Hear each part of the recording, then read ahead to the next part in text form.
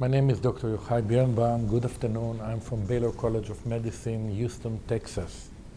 In this conference, I presented work, basic research using diabetic rats, looking for potential interaction between ticagrelor, an antiplatelet drug, and rosuvastatin, a statin commonly used to reduce cholesterol in patients with coronary artery disease or at risk for coronary artery disease.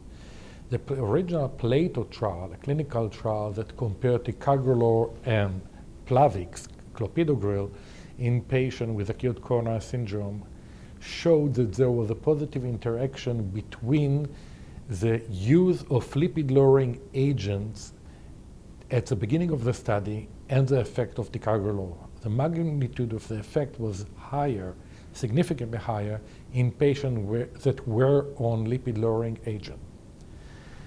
We know that statin, in addition to lowering the synthesis of cholesterol, have additional pleiotropic effect. Many of them are related to the ability of statin to augment the secretion of adenosine into the tissue by augmenting ecto-5' nucleotidase. On the other hand, ticagrelor, in contrast to clopidogrel, has an ability to prevent the reuptake of adenosine into the cell. Therefore, the interstitial level of adenosine is increasing. So we thought that it might be that by augmenting interstitial adenosine level, those drugs will have a greater effect on increasing tissue adenosine, activating the pro-survival kinases like AKT, ERK, ENOS, and COX-2 with the production of prostacyclin, and the inflammatory marker, reducing the inflammatory marker of the inflammasome.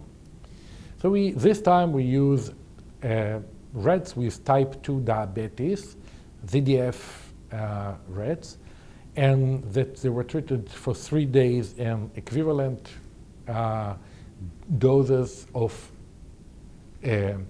ticagrelor and prasugrel, and with or without ticagrelor. And indeed, we found that both rosuvastatin and ticagrelor increased myocardial level of adenosine.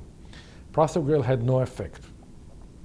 When we combined ticagrelor and rosuvastatin, there were higher levels of adenosine than each drug alone, and this translated to greater phosphorylation, activation of AKT, ERK, ENOS, and increased production of prostacyclin, measured by 6-keto-PGF-1 alpha, and 15-epilipoxin A4, which is an anti-inflammatory eicosanoid. Also, rosuvastatin alone and ticagrelor alone reduced infarct size. Prasugrel had no effect on infarct size.